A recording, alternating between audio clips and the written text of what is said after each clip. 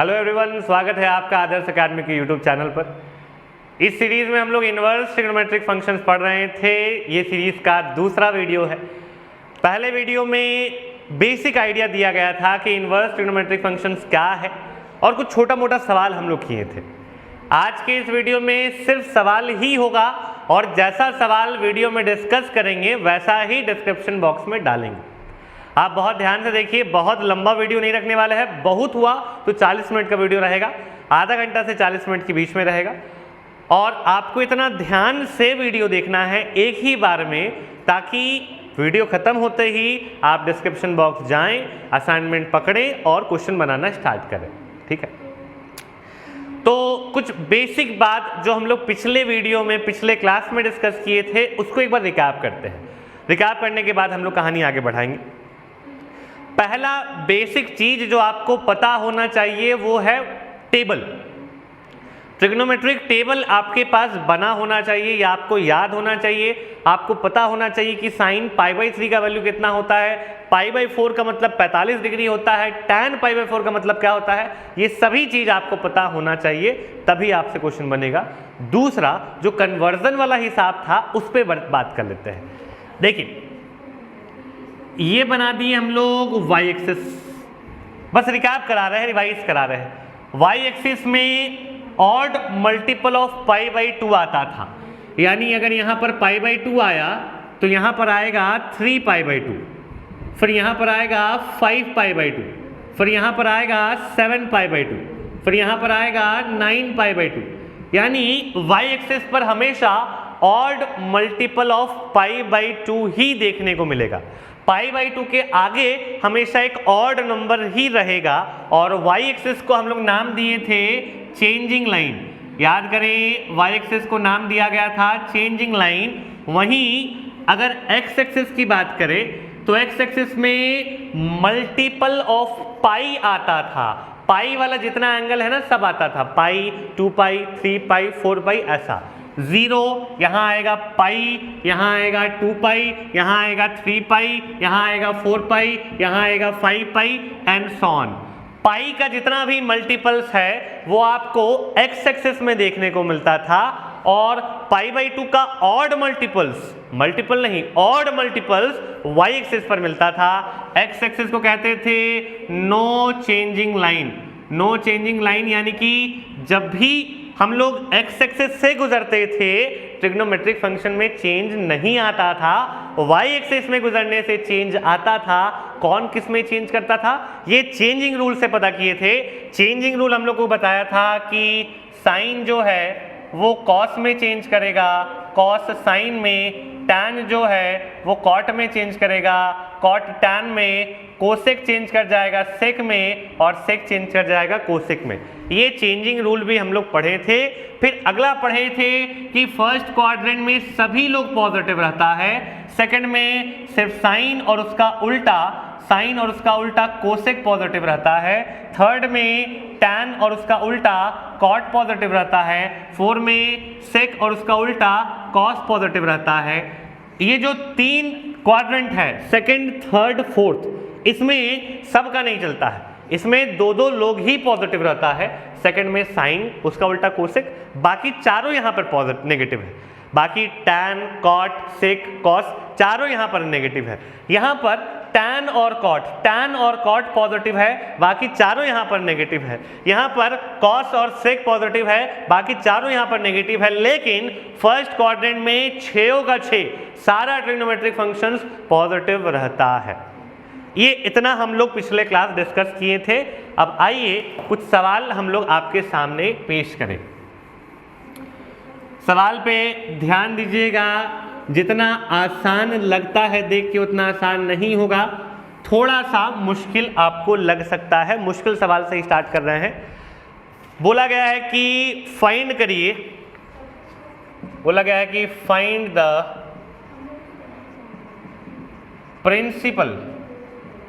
Principal value of cos inverse -1/√2। ये बोला गया है। बहुत आराम से नेगेटिव वाला बहुत आराम से हम आपको बताएंगे।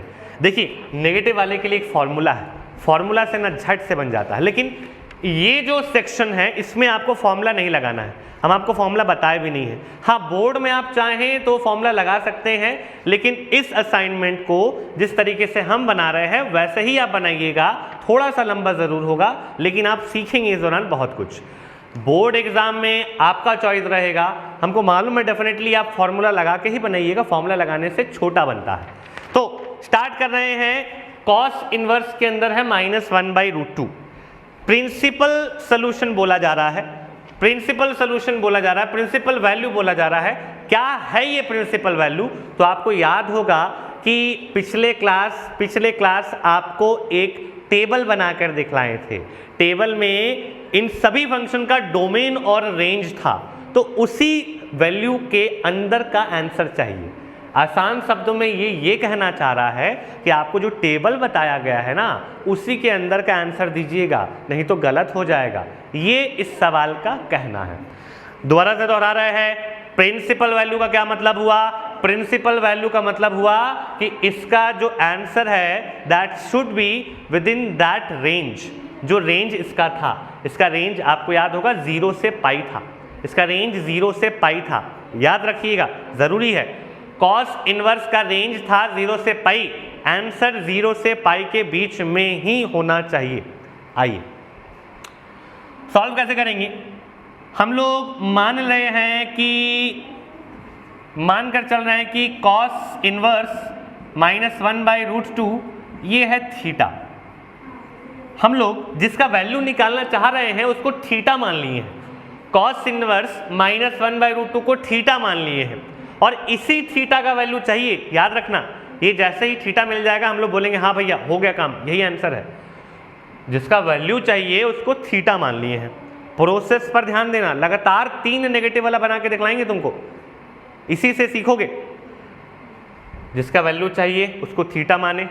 लास्ट क्लास बताए थे इनवर्स इधर आएगा, इनवर्स इधर आएगा तो फंक्शन बन जाएगा। कॉस इनवर्स इधर आ जाएगा तो कॉस बन जाएगा।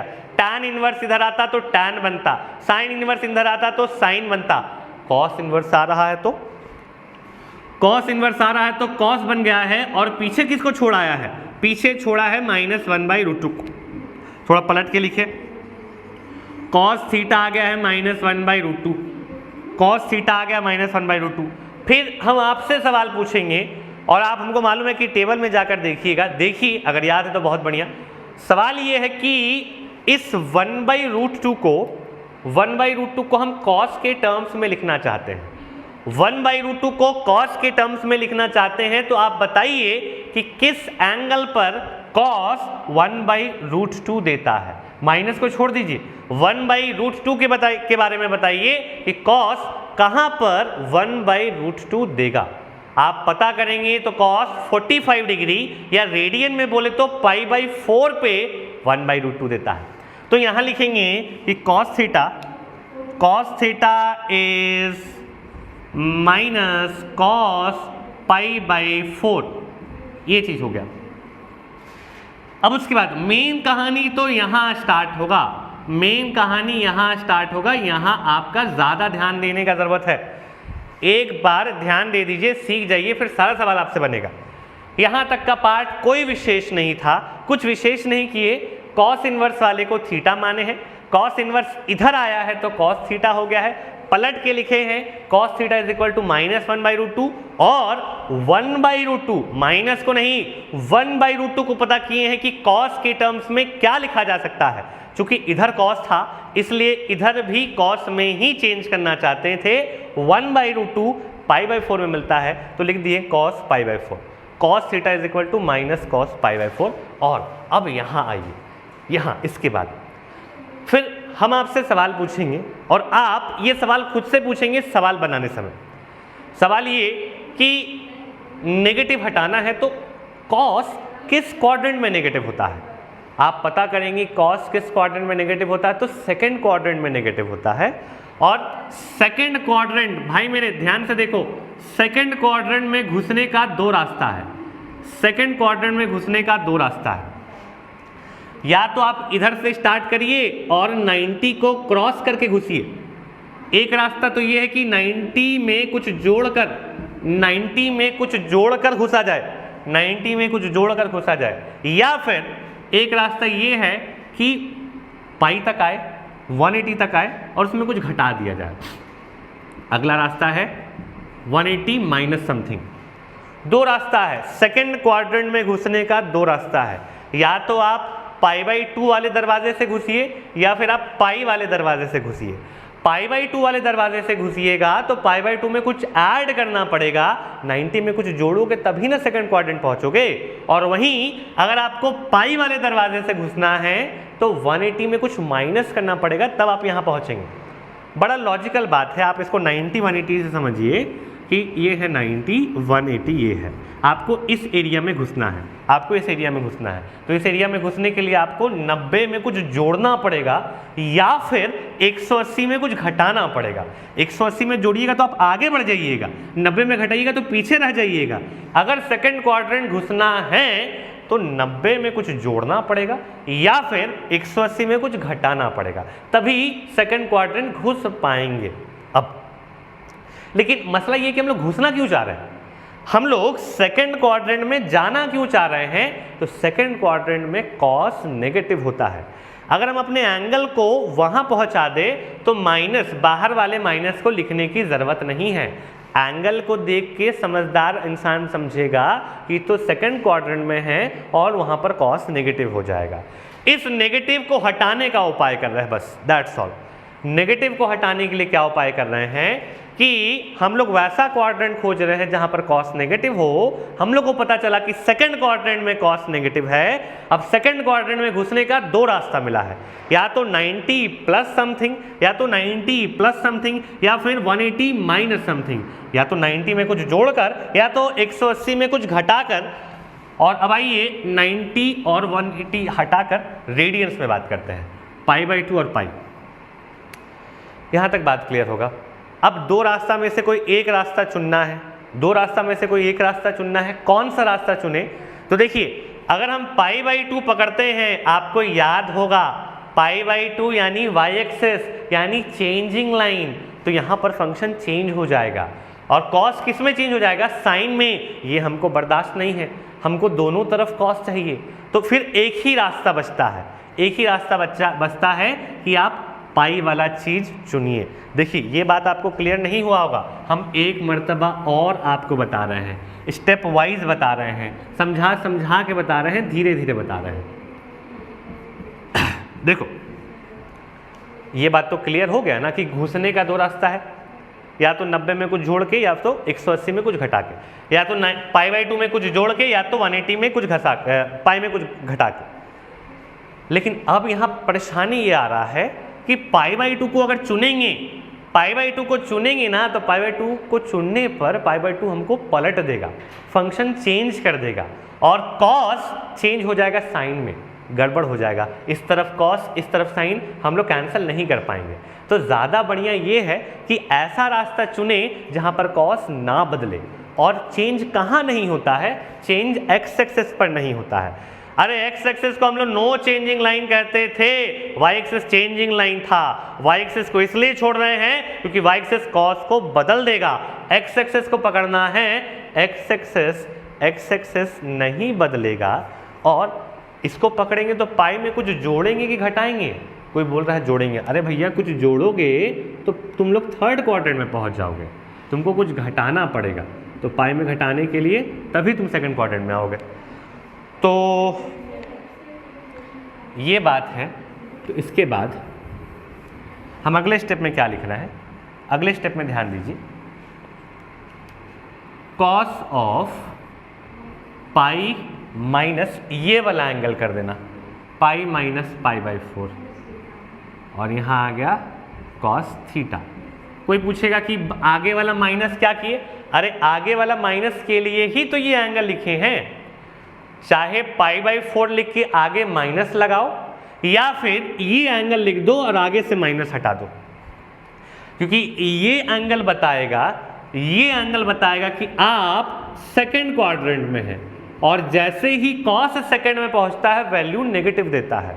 तो चाहे आप बाहर में नेगेटिव रखिए या अंदर में आप बड़ा एंगल घुसा दीजिए, सेकंड क्वाड्रेंट का घुसा दीजिए। हम वही काम किए हैं। अब इसके बाद cos theta is equal to, solve करें, यहाँ आ जाएगा 3 pi minus pi by 4, sorry 4 pi minus pi by 4, cos theta आ जाएगा cos 3 पाई बाई 4, और अब cos को cos से देखकर, cos को cos से कैंसिल करके थीटा आ गया है 3 पाई बाई 4। देखिए ये जो कैंसलेशन वाला बात है वो तभी हो पाया जब दोनों तरफ cos है। एक तरफ cos एक तरफ साइन रहता तो कैंसिल नहीं कर पाते, इसलिए हम पाई बाई 2 को नहीं चुने थे, क्योंकि पाई बाई 2 यानी वाई एक्सिस यानी चेंजिंग लाइन, यानी cos चेंज हो जाता तो ये काम नहीं कर पाते। मेरा मोटिव था कि cos ही रहे ताकि इस पॉइंट में, इस मोड़ पर हम cos को कैंसिल करें और थीटा निकल जाए। और याद करो थीटा ही तो हमको चाहिए था, cos इनवर्स माइनस हाफ का value, cos inverse minus half को थीटा लिए थे, थीटा आ गया 3 pi by 4, this is our answer. 3 pi by 4 हमारा आंसर होगा, 3 पाई बाई 4 हमारा आंसर होगा। हम एक बार इसको समेट दे रहे हैं, ये वाला पार्ट थोड़ा तेज समेटेंगे।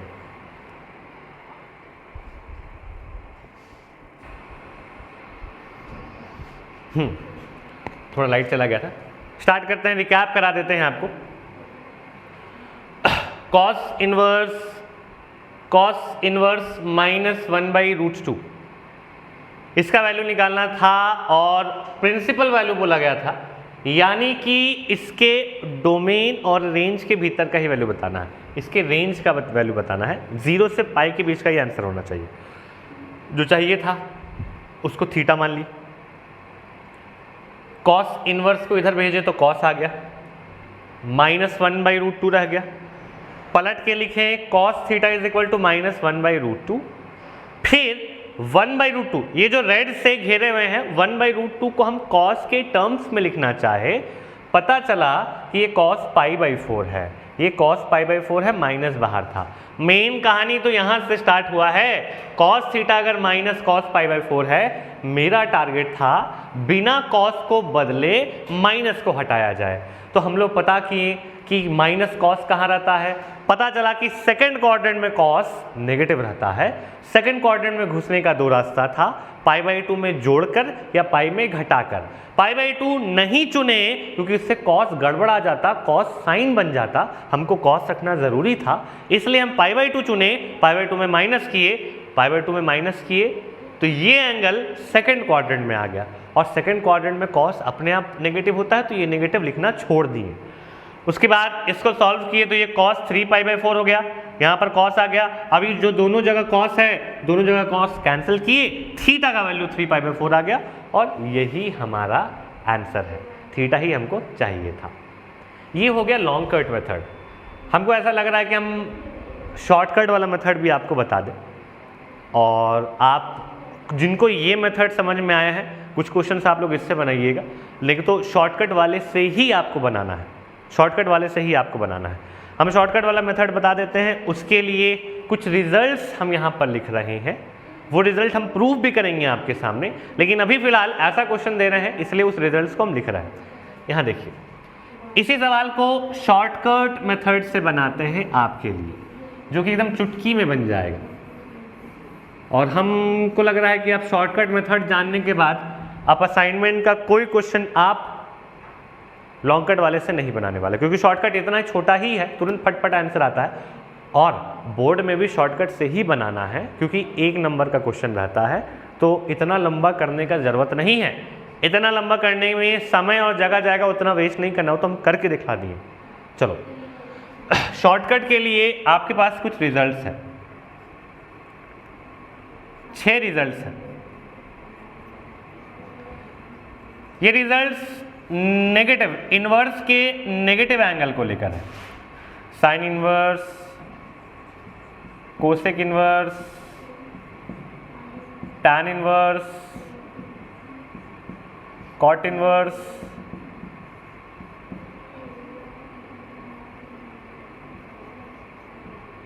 सेक इनवर्स, और कॉस इनवर्स।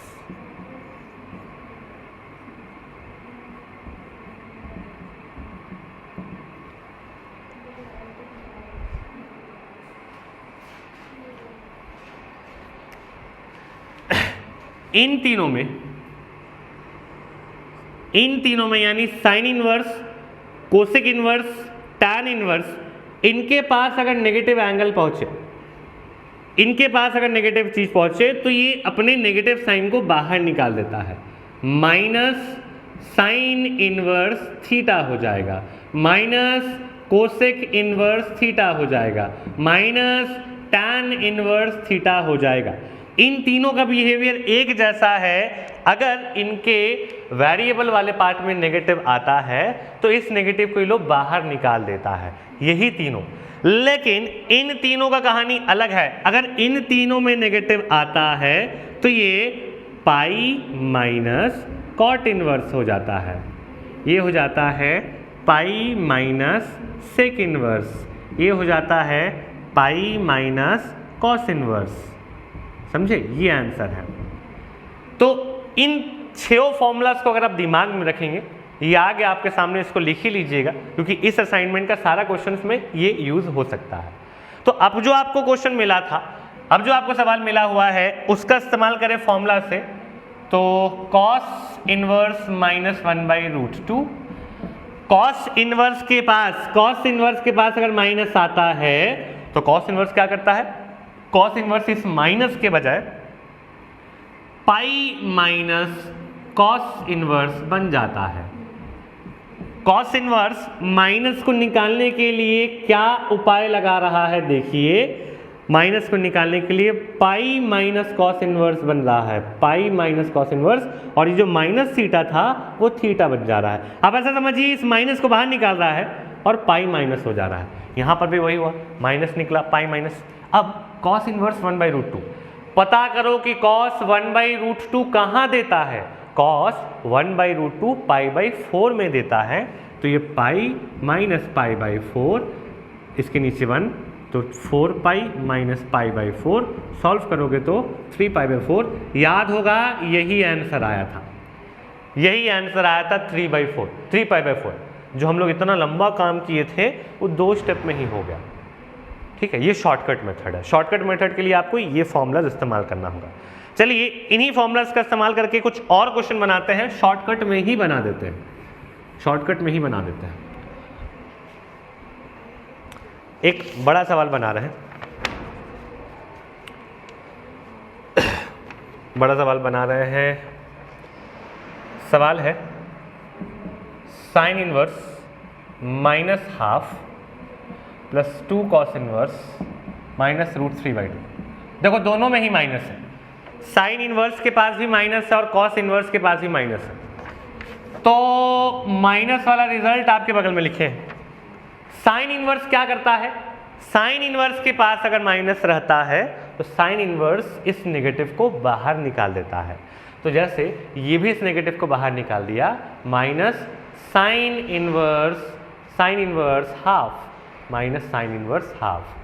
यहाँ पर भी कॉस के पास माइनस है, लेकिन कॉस अपने नेगेटिव को बाहर नहीं निकालता। कॉस के पास माइनस रहे तो हम लोग लिखते हैं pi minus cos inverse theta. तो इस 2 को बाहर रखे हैं और इसके लिए कहानी हो रहा है pi minus cos inverse √3/2, pi minus cos inverse √3/2।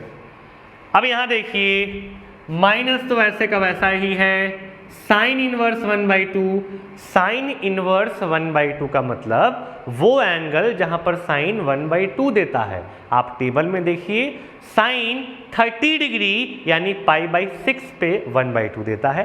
तो यहां पर हम लिख रहे हैं पाई/6।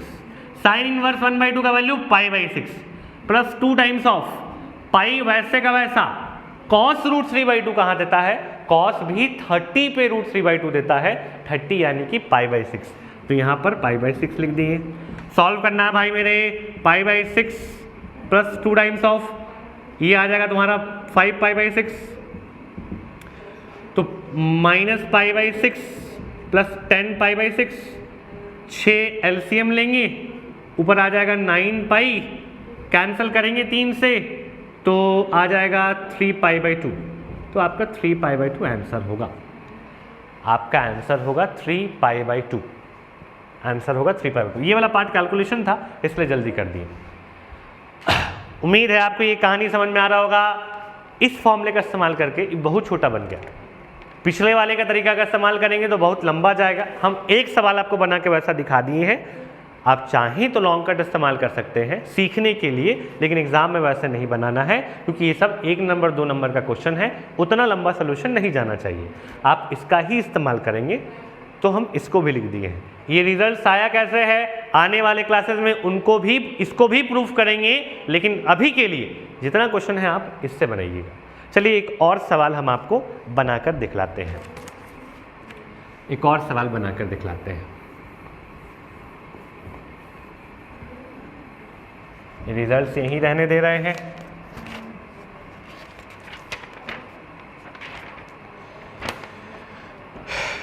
रिजल्ट्स हटा देते हैं, रिजल्ट्स हटा देते हैं ताकि रिजल्ट आप कॉपी में लिख लीजिए क्योंकि ये वाला क्वेश्चन थोड़ा बड़ा है, इसके लिए हमको जगह चाहिए, इसके लिए हमको जगह लगेगा।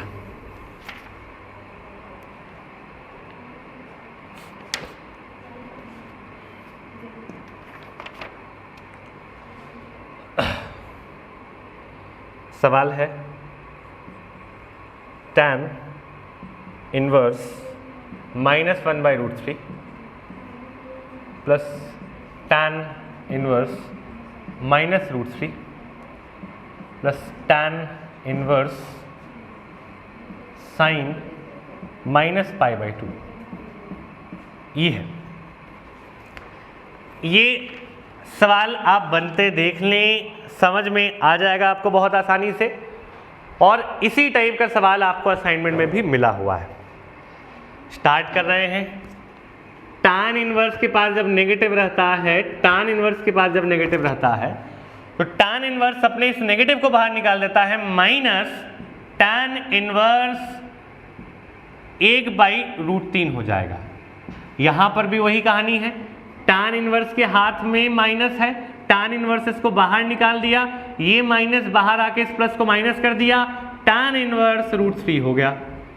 अब एक कहानी यहां पर, tan इनवर्स आपको बता दें कि साइन के साथ भी वही बात है। साइन के पास अगर एंगल में माइनस है, इनवर्स में जो कहानी है वही ट्रिग्नोमेट्रिक में भी है। साइन इनवर्स में जो प्रॉपर्टी है वही साइन का ट्रिग्नोमेट्री में भी है। साइन ऑफ -θ हो जाता है -sin θ।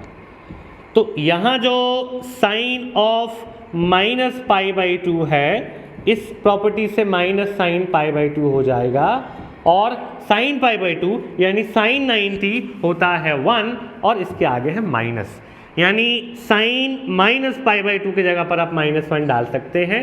तो यहाँ पर मैंने -1 लिख दिया। और समय और जगह बचाते हुए, उम्मीद कर रही हैं आपको समझ में आ रहा होगा, समय और जगह बचाते हुए tan इनवर्स के प्रॉपर्टी से इस माइनस को बाहर निकाल रहे हैं। ये माइनस इस प्लस से मिलके माइनस हो जाएगा और यहाँ आ गया माइनस, यहाँ हो गया प्लस। अब जो वैल्यूज है उसको लिखा जाए।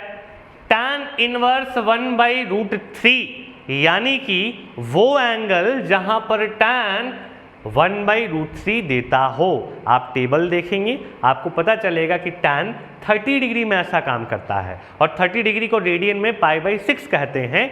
तो इसके जगह पर tan इनवर्स 1/√3 के जगह पर डाल रहे हैं π/6 और आगे लगा हुआ है माइनस। माइनस tan √3 कहाँ देता है 60 डिग्री, 60 डिग्री बोल तो π/3 माइनस π/4। इसको सॉल्व करिए और जो आंसर आता है वो आप हमको बताइए कमेंट बॉक्स पर। इसी ढंग से सारा क्वेश्चंस बनेगा। आपको डिस्क्रिप्शन में असाइनमेंट लिंक मिलेगा, आप जो सीखें उसका इस्तेमाल करके असाइनमेंट बनाइए। कोई परेशानी होता है तो पूछिए। आज का क्लास यहीं तक। Thank you very much.